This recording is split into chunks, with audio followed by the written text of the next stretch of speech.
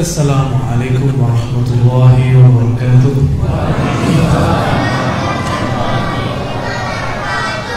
Alhamdulilladzi amarana bidzikri wa huwa az-zakiru wal mazkur. Faqala ta'ala ya ayyuhallazina amanu zkurullaha dzikran katsiran wasabbihuhu bukratan wa asila. Amma ba'du, Allahumma salli ala sayyidil zakirin sayyidil mufarridin sayyidina Muhammad wa ala alihi wa ashabihi wa baitihi wa zurriyyatihi ajma'in.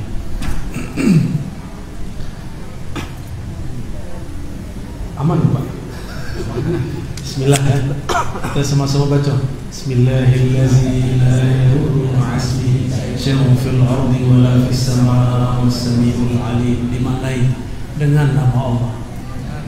Siapa yang bersama namanya maka tidak akan dirusak, disakiti, dimudaratkan, baik yang dari langit ataupun bumi.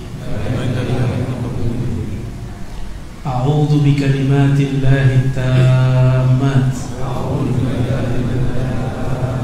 min syarri ma khalaq. Aku berlindung dengan nama Allah yang sempurna dari keburukan semua makhluk. Amin amin. Allahumma shalli ala. Ya, semoga kita dijaga oleh Allah. Amin. Penyakit itu mulai dari waswas. Apa aja waswas? Makan waswas jadi penyakit, Pak. Jadi kurangi waswas. Itu penyakit paling besar, penyebab semua orang jatuh tumbang. Coba ngobrol dengan psikiater, itu mereka sudah menemukan orang cemas biasanya sakitnya sesak napas, dan corona itu sakitnya sesak napas karena cemas. Benar nggak? Rata Pak, rata. Nanti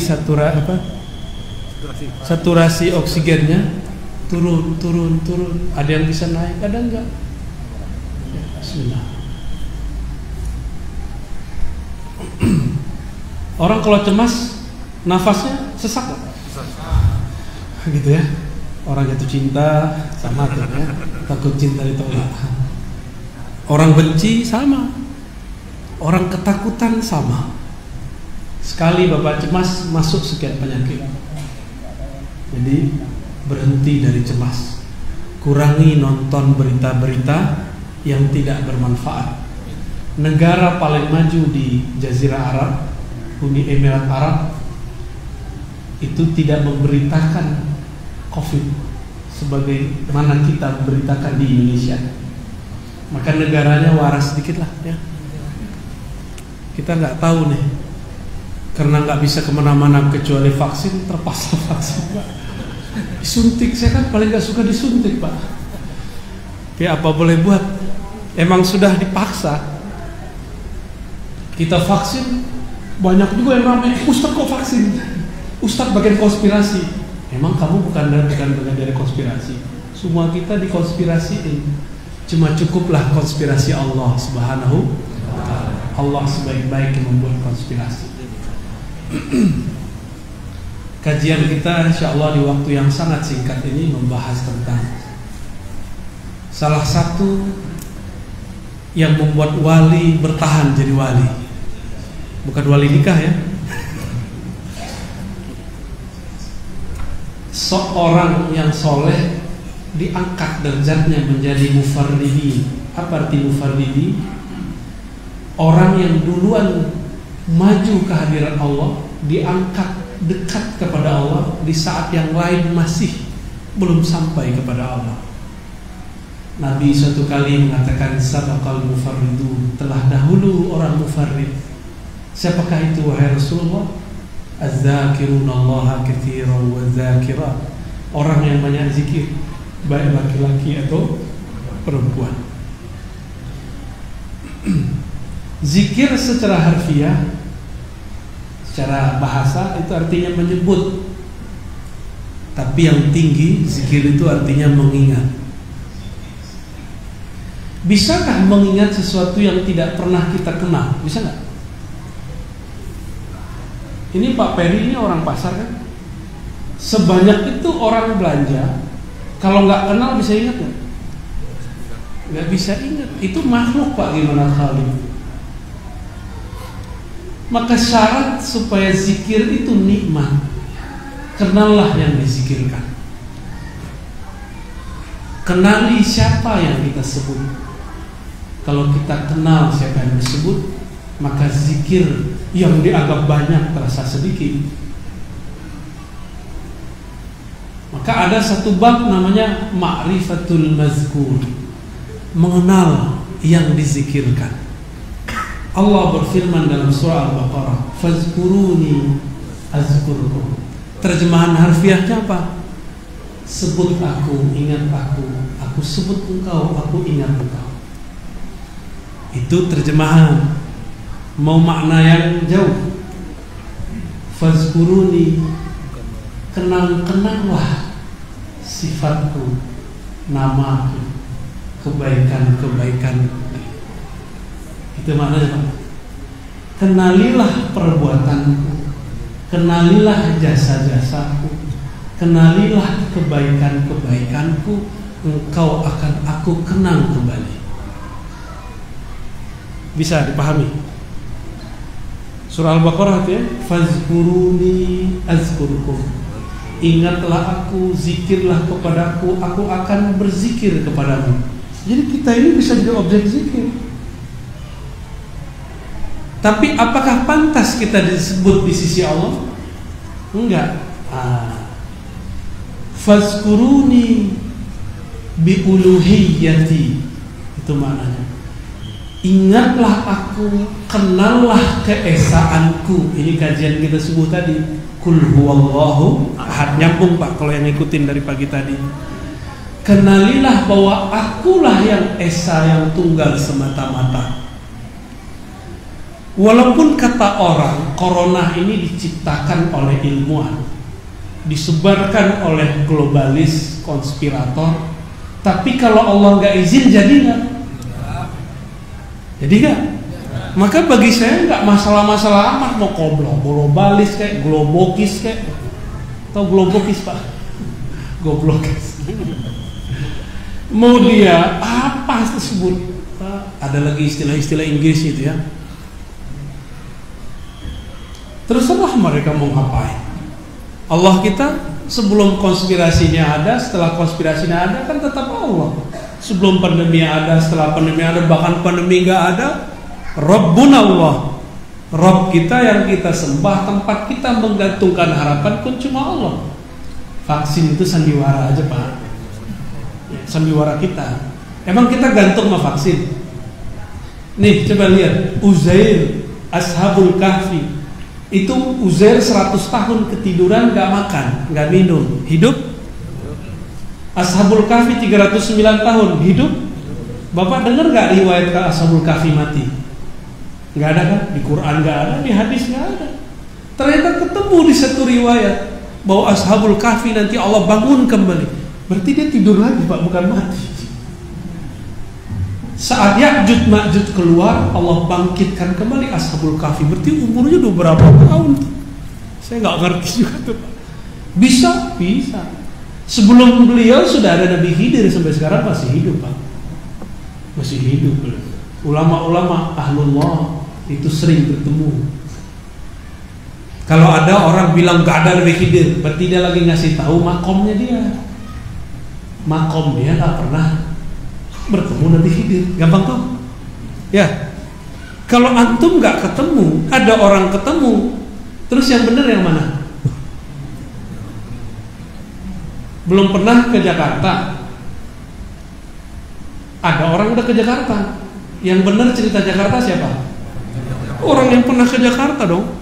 Al-isbat namanya, quddimal isbat ala nafi.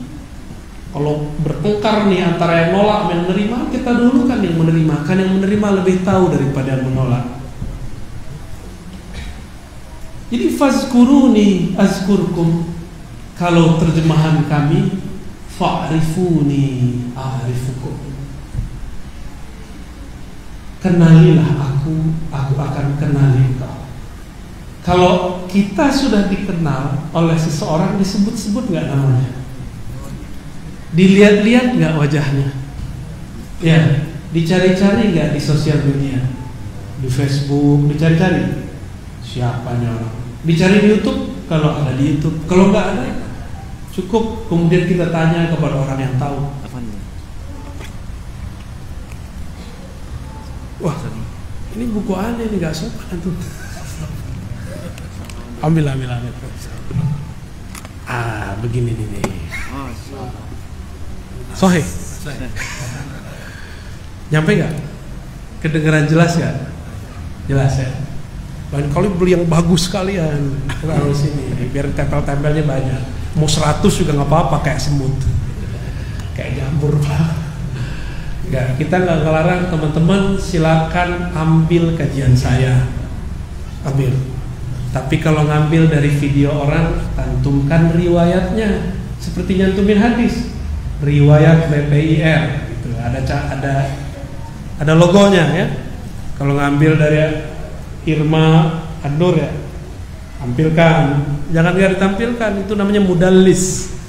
Jika dulu ahli hadis menyebutkan satu riwayat, dia nggak ngaku bahwa dia dapat dari fulan, langsung dia bilang dari syekhnya fulan.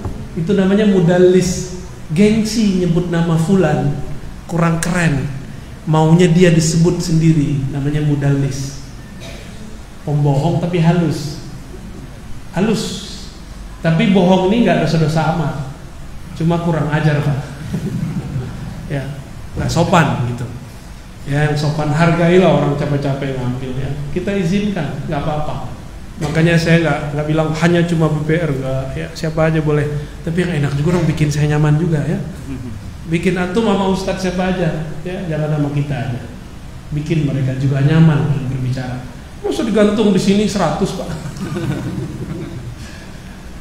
Baik. Fazkuruni azkurkum. Sebut aku, ingat aku.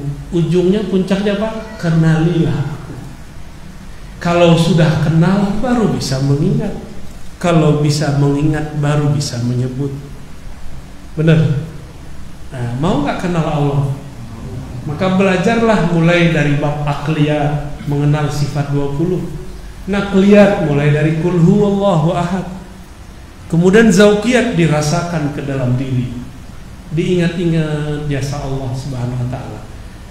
Ini zaman corona, tambah banyak orang putus asa dalam masalah rezeki. Benar. Padahal dulu waktu dia di dalam kandungan ibunya, dia nggak kerja apa-apa, ibunya juga nggak pernah ngantarin makanan, tapi makanan tersalurkan lewat plasenta. Saya mau tanya nih ibu-ibu kah yang menciptakan plasenta itu?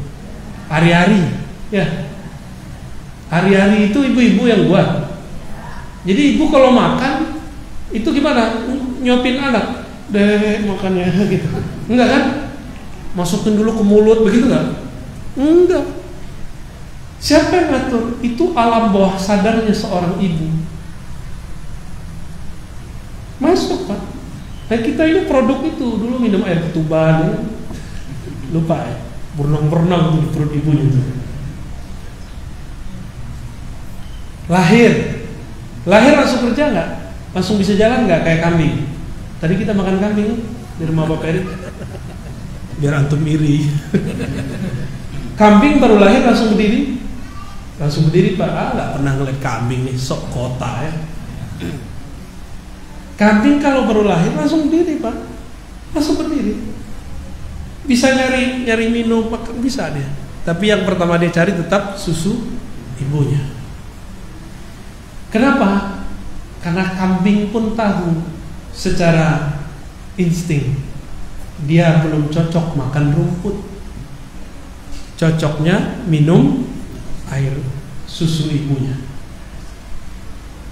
Bayi kita waktu bayi lebih lama. Kita menjadi pasif itu lebih lama. Di saat itu yang jamin rezeki kita siapa? Allah. Sekarang yang jamin sama nggak? Sama. Bedanya cuma formulasi aja Pak. Dulu cara manggilnya nah, itu zikirnya anak kecil itu. Itu zikir itu Pak. Kalau sekarang zikirnya ya Allah, ya Allah, corona ya Allah, banyak yang tumbang ya Allah, rezeki jangan putus. Itu kita zikir. Tapi saya mau tanya, sebelum corona ini Allah sudah tetapkan loh, zikir kita, rezeki kita berapa? Udah ya. Terus antum khawatir, kenapa khawatir? Berarti jangan-jangan Tuhannya ganti nih pas corona ini. Ya? Ada Tuhan Coronawiah ya?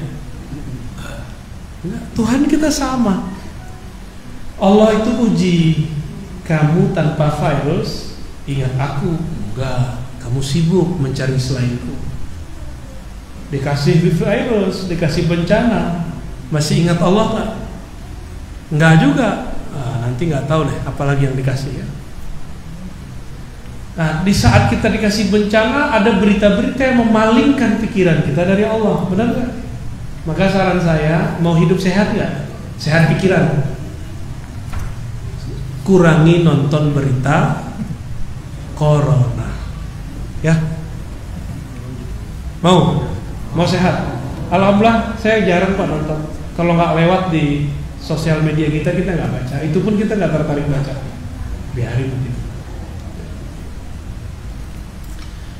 Si bayi yang dia makan pertama kali, yang dia minum pertama kali cuma air susu ibunya. Karena kalau dikasih nasi, dikasih roti, dikasih teh talua, dikasih durian, itu bisa rusak gak si bayi itu? Bisa mati nggak dia?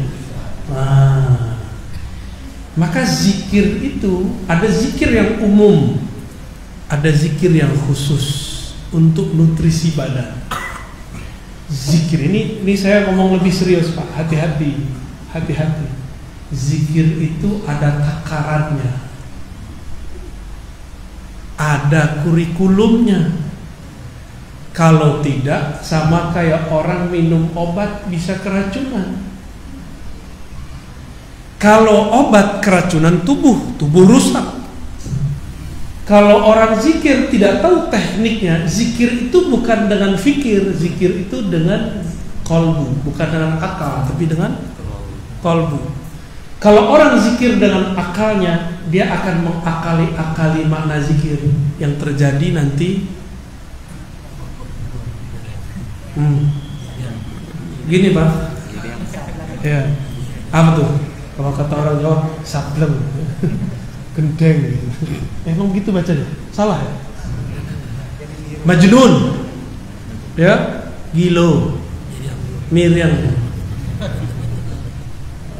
Kalau halaj kan dia merasakan kesadaran yang tingkat tinggi.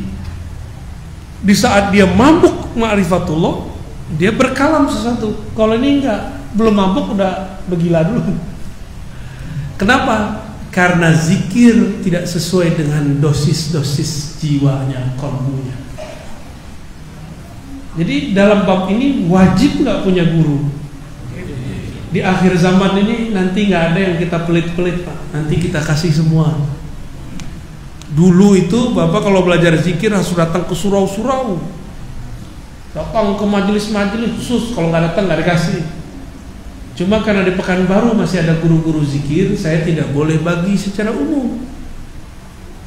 Datangilah guru-guru itu. Ya, ini manas-manasin aja Pak. Mange-ange enggak. Kenapa? Ini adab kami sesama orang yang mempelajari ilmu zikir dan metode mengajarkan zikir. Allah yuhadditsa bi hadrati man huwa aula. Ini adab ahli hadis. Tidak boleh mengajar jika di situ ada orang yang lebih tua, lebih dahulu ada, apalagi lebih dulu jadi mursyid. Maka saya kajian begini, kalau udah datang-datang juga Ustaz, susah kalau ke situ. Ya udah, nanti kita kasih juga Pak. Tapi nanti sabar dulu. Masa baru datang pengajian sekali dua kali langsung kasih zikir? Nanti kebanyakan zikir antum pusing juga. Ustadz, kata Ustadz fulan zikirnya ini, kata Ustadz kok zikirnya itu. Nah, disitulah perlunya kalau sedang latihan zikir, gurunya cukup satu. Kalau selesai satu metodologi zikir, boleh nambah guru. Paham? Bukan dilarang antum berguru banyak, tapi kalau sedang sekolah di satu madrasah, satu sekolah, cukup sekolahnya atu dulu, kepala sekolahnya atu aja dulu, bener. Supaya apa? Supaya kurikulumnya nggak tabrakan. Bukan dilarang, selesai pindah aja nggak apa-apa.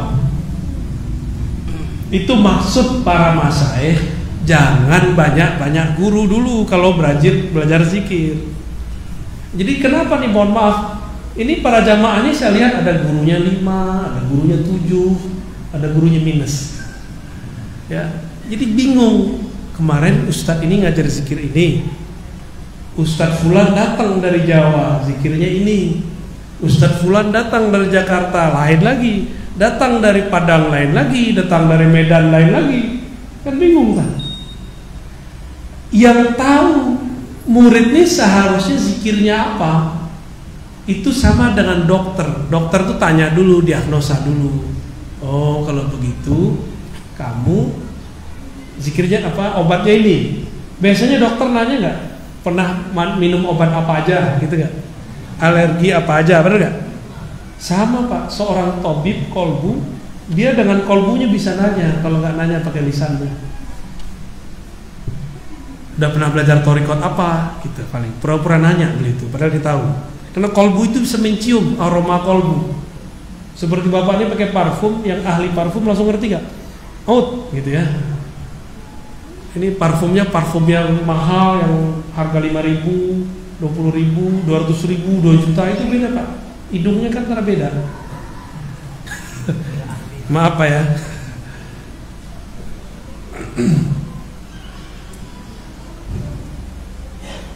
Aroma zikir itu bisa dicium oleh ahli zikir. Bisa dicium, bisa tercium Pak. Itu nggak bisa dibuat-buat, emang begitu adanya. Bukan berarti itu alam gaib, itu kan masih zahirnya kita, cuma zahir yang agak ke dalam. Itu aja bedanya. Untuk zikir pertama, rata-rata Nabi mengajarkan zikir la ilaha illallah. Tapi kalau versi Quran, zikir pertamanya Allah Allah. Iqra bismi rabbikal ladzi khalaq. Bacalah nama Rabbmu. Siapa nama Rabbmu? Allah. Berarti zikir pertama Allah Allah. Tapi kalau lewat hadis, Sayyidina Ubadah ibn Samit itu meriwayatkan, satu kali Nabi SAW saat kami berkumpul-kumpul mengatakan irfa'u aydiyakum, angkatlah tangan kalian. Suruh angkat tangan. Summa qulu la ilaha illallah. Nah, nanti ada masanya saya talkinkan semua yang hadir. Kan ini namanya talqin jama'i, talqin umum, bimbingan umum. Bimbingan umum boleh. Ada bimbingan khusus, nggak boleh kita ajarkan depan orang. Kecuali orangnya udah paham semua. Tapi di akhir zaman dikasih-kasih juga bantan. Ini kan akhir zaman kan. Bapak dulu mau cari hadis harus melewati 3 negara. Zaman Imam Bukhari 5 negara malah. Satu hadis dia dapat. Sekarang satu hadis Bukhari bisa dibaca di Google Play Store. Betul. Bisa satu hadis, satu kitab. Jika ilmu hadis sekarang bisa diperoleh tanpa perlu melakukan rihlah jauh, sama ilmu ma'rifatullah juga bisa begitu sekarang. Jadi semuanya di zaman ini tuh enak. Semuanya Allah pendekkan perjalanan. Makanya Bapak bisa menyaksikan kajian saya lewat YouTube. Kajian yang dulu kita dengar orang tua-tua dulu di kampung ngaji begitu, sekarang dibawa ke kota. Kata teman yang hasad, Pak Jatuh Ar-Razi itu kaji-kaji tinggi dibawanya ke umum. Bilang aja iri gak? Ente gak bisa jelasin, kasih tahu aja sama kita, nggak apa-apa kok. Kalau antum nggak sanggup menjelaskannya karena nggak tahu cara menjelaskannya, nggak usah hasad. Katakan seperti Imam Ghazali katakan, alhamdulillah sudah ada orang yang Allah kirim untuk menjelaskan ilmu yang dulu rumit sekarang jadi nggak rumit. Katanya ilmu di kampung, kalau kampung kampungan dong. Kata orang kota yang tinggi ilmu kota, kok yang tinggi ilmu kampung? Oh ternyata emang ilmu-ilmu di perkampungan dulu tinggi-tinggi Pak.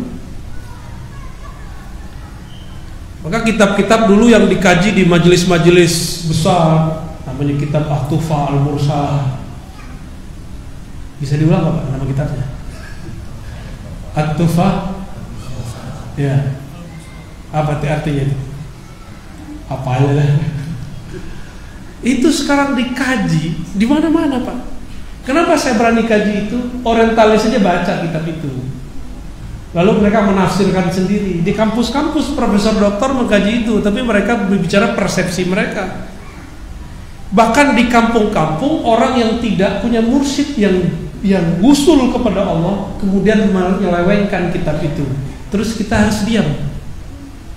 Gak boleh diam. Maka saya kemudian minta istikharah kepada Allah untuk diizinkan mengajar kitab itu. Kita mulailah mengajar kitab itu. Di blacklist juga kita mau orang-orang Pak. Ya bagi saya nggak masalah. Yang penting nama saya tidak di blacklist di sisi Allah Subhanahu wa Ta'ala. Biar di blacklist orang. Ya. Di zikir yang paling awal, tapi itu adalah zikir paling tinggi. Apa itu? Afdalul dzikri la ilaha illallah. Zikir yang paling tinggi adalah la ilaha illallah. Ya. Imam Ad-Dusuqi di akhir kitabnya Hasyiah terhadap kitab Aqidah As-Sunusiyah yang dipakai di kitab-kitab Ahlus Sunnah. Ini banyak nih sekarang kiainya Ahlus Sunnah, tapi madrasahnya, pesantrennya udah gak mengajarkan kitab Ahlus Sunnah Pak. Banyak. Bahkan ada tarekat punya pesantren, pesantrennya tidak mengajarkan akidah Ahlus Sunnah. Udah banyak sekarang ketipu. Yang diajarkan uluhiyah, rububiyah, asma wa sifat versi seberang, bukan versi Ahlus Sunnah. Akhirnya nggak nyambung kalau kita ngobrol. Ya. Apa kata Nabi? Innal imana bid'u wa sittuna syu'bah. Iman itu yang paling tinggi ada 60-an lebih, 70-an lebih. Yang paling tinggi dari 60-an itu adalah la ilaha illallah. Kok bisa? Padahal itu udah kita dengar dari dulu. Ternyata yang membedakannya adalah ada orang membacanya cuma dengan lisannya, ada orang yang membacanya dengan akalnya, ada orang yang membacanya dengan kolbunya, ada orang yang membaca dengan ruhnya. Beda nggak? Beda hasilnya. Kalau cuma dengan lidah membaca, pikiran jalan-jalan, pikirannya piknik Pak. La ilaha illallah, la ilaha illallah. Lama-lama jadi nggak jelas ya. Tapi kalau dia baca dengan akalnya, akal terasa berat. Tadi waktu kita ngaji tauhid sama kawan-kawan sahabat-sahabat Syatariyah, itu yang hadir ada beberapa kawan kita juga. Apa kata dia waktu di lift? Pecah kepala aku ya. Kita cari udah ada pecah. Itu bahasa mubalagh, bahasa majazi. Kalau ini materi baru bagi dia, karena dia menerimanya dengan akal berat. Kalau dengan kolbu ringan. La ilaha illallah, pikirannya banyak. Sekarang kita fokus, tidak ada yang perlu diingat, tidak ada yang perlu dipikirkan kecuali Allah. Susah itu Pak. Oleh karena itu, ulama ahli zikir, ulama-ulama thariqah sufi mendapat ilham wa fi anfusikum afala tubsirun, di dalam dirimu apakah kau tidak memandang. Supaya pikiran tidak kemana-mana, mereka ajarkanlah namanya titik-titik imajiner, titik-titik khayali di dalam diri. Kalau orang agama seberang bilangnya cakra, kita nggak nyebut begitu, kita nyebutnya titik latifah. Ini saya nggak boleh kasih tahu juga, tapi antum kalau googling bisa ketemu. Di bawah dari bagian perut, dibawa ke ubun-ubun, terus kemana lagi, lalu dihunjam ke dalam kolbu. Supaya apa? Supaya pikiran tidak bergerak kemana-mana, maka dikunci dengan titik-titik itu, disebut la makusa. Dia seperti lam alif tapi terbalik. Lam alif kan begini, dibalik Pak. Supaya apa? Supaya pikiran tidak kemana-mana. Karena Bapak ini kalau zikirnya pakai fikir, pasti pikirannya kemana-mana. Maka dibawalah pikiran itu, diterima, dibawa ke ubun-ubun, dibawa dulu jalan kemana-mana, baru dihunjam illallah, masuk ke relung kolbu, masuk ke alam kolbiyah. Udah, pikiran nggak kemana-mana lagi, dia sudah nyaman di dalam kolbu. Jadi ini saya kasih ini filosofi, kalau antum nanti belajar dengan mursyid siapapun, terus dikasih tarik zikir dari pusar ke bagian ini, ke sini, ke sini, itu bukan bid'ah Pak, itu malah bagus. Supaya apa? Supaya tidak berpikir macam-macam. Dari alam zahir la masuk ke alam pikiran, pindah ke alam kolbu. Itu rahasia baca la ilaha illallah dengan titik-titik halus yang ada di dalam jiwa. Buya Alnof udah pernah belajar itu dulu. Mana Buya Alnof? Ya, nggak tahu masih ingat apa nggak? Ya, paling mantap itu beliau. Ya. Itu kalau Bapak ngeliat, wah Ustaz Alnof gila ya. Kalau gitu ya. Kenapa dia teriak-teriak gitu? Ustaz Alnof zikir itu bisa ekspresinya kayak orang baru ketemu apa gitu. Kenapa? Ruhnya, kolbunya ketemu yang dia cari selama ini. Orang kalau udah lama nggak ketemu anak, pas ketemu gimana? Gergetan nggak? Abah seorang siko. Kayak kita mau ngeremas dia itu apa namanya? Galigaman. Kosakata aja udah boleh hilang. Galigaman. Geling aja, gergetan, kayak mau cubit gitu ya. Ada beberapa orang ekspresinya bukan begitu, ekspresinya nangis. Mulai dari awal zikir sampai akhir zikir dia nggak tahan. Seperti seorang ibu-ibu nggak tahan ketemu anaknya udah lama nggak ketemu. Apa kata dia? Aduh nah, udah nangis. Beberapa orang kalau ketemu orang yang dia kasihi, dia cintai, bisa pingsan. Ada nggak? Ada yang pingsan Pak.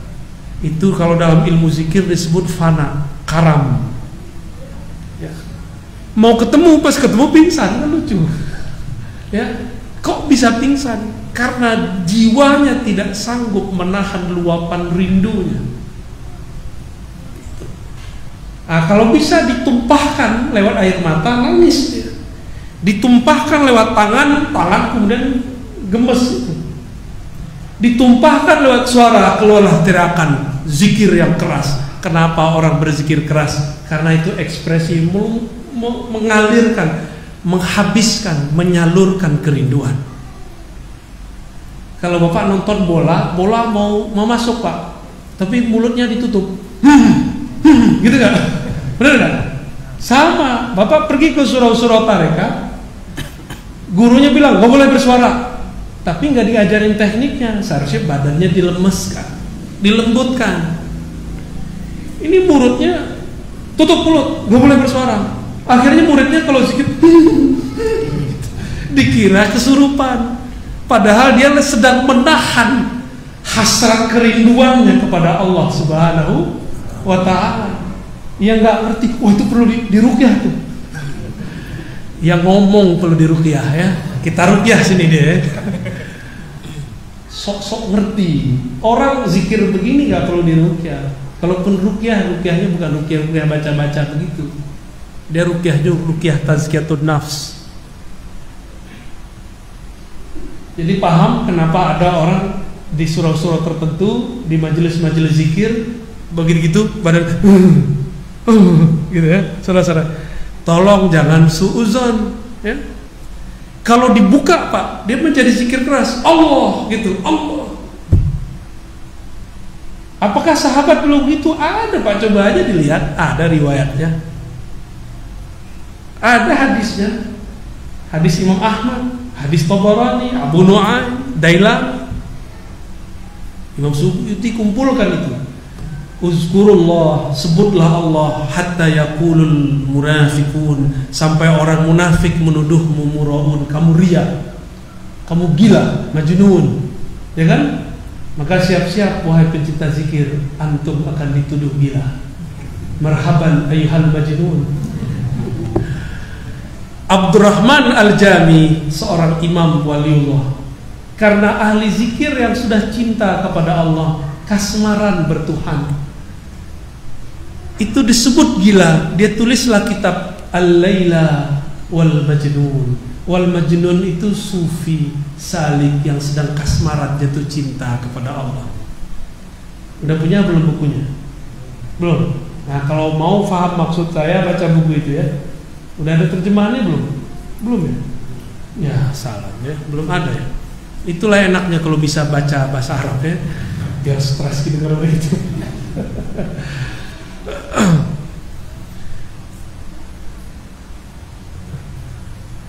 Kalau belum khusyuk zikir, belum khusyuk, terus aja zikir.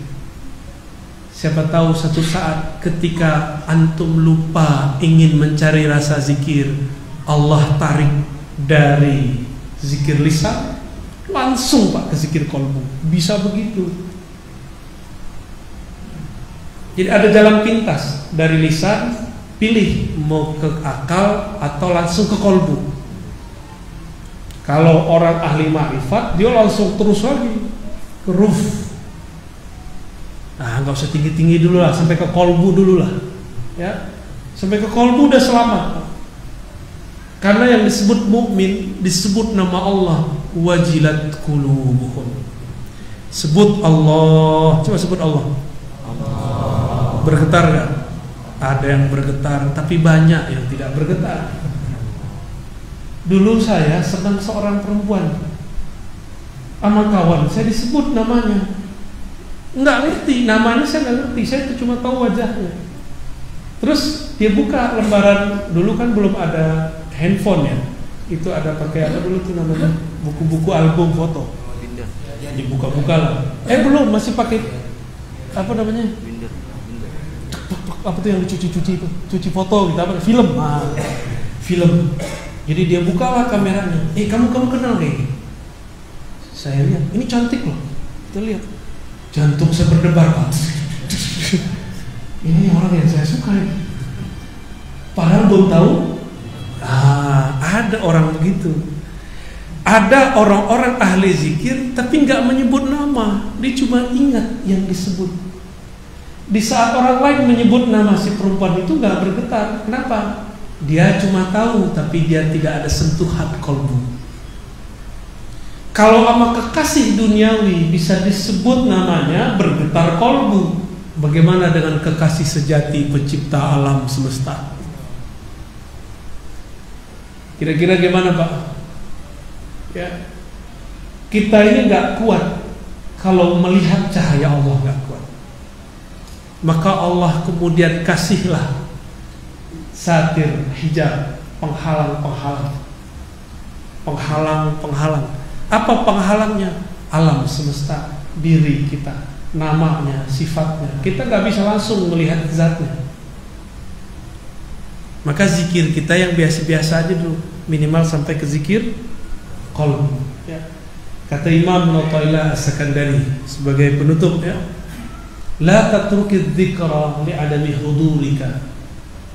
Jangan kamu tinggalkan zikir meskipun engkau tidak merasa hadir khusyuk kepada Allah. Siapa tahu di saat engkau lupa, engkau mencari nikmat zikir, Allah angkat jiwamu, Allah angkat kolbumu, sehingga engkau merasakan yaqzah, kesadaran berzikir. Bisa begitu ya. Saya datang dulu kepada guru saya Abuya Hasan Basri di sono di Payakumbuh Pak Pilada. Itu dulu ulama termasuk paling alim di tempat kita. Beliau ini saya datangi umur saya baru 12,5 tahun. 12,5 kelas berapa tuh? Ya, tapi saya duluan sekolah Pak, itu kelas 1 sanawiyah. Saya setahun lebih awal masuk.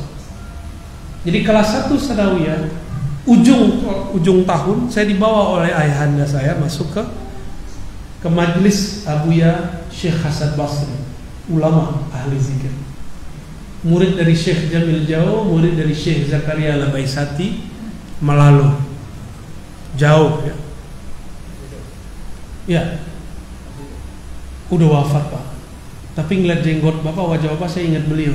Walaupun beliau nggak berjenggot banyak Pak ya. Nggak berjenggot malah. Abis sholat Isya beliau zikir, afdalu dzikri la ilaha illallah. Itu saya udah nggak ada Pak. Saya udah nggak tahu lagi. Kita kemana aku udah nggak tahu.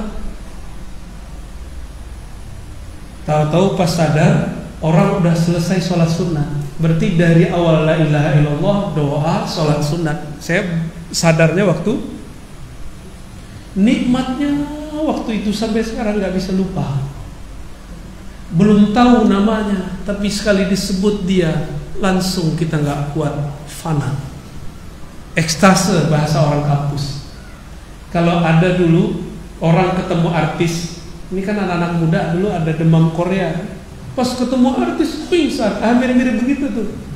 Itu saya udah kepala udah di bawah, udah nggak tahu. Nah itulah maknanya tadi. Namanya belum tahu, tapi pas disebut langsung bergetar. Karena kita masih kecil, belum kuat menahan kuatnya zikir, akhirnya kita tumbang. Maka bergurulah kepada ahli zikir, dia nanti akan memberi dosis-dosis zikrullah. Ya, udah jangan ditunggu lagi Pak, udah keburu corona. Ntar kalau antum nggak belajar juga antum kena corona kali. Ya, corona karena. Gimana Pak? Sholat dulu. Pada sholat bisa. Oke. Ini langsung komat aja kali ya. Biar cepet. Langsung komat, kita sholat sunatnya nanti langsung. Oke? Baik. Naktafi bilhamdulillahi rabbil alamin.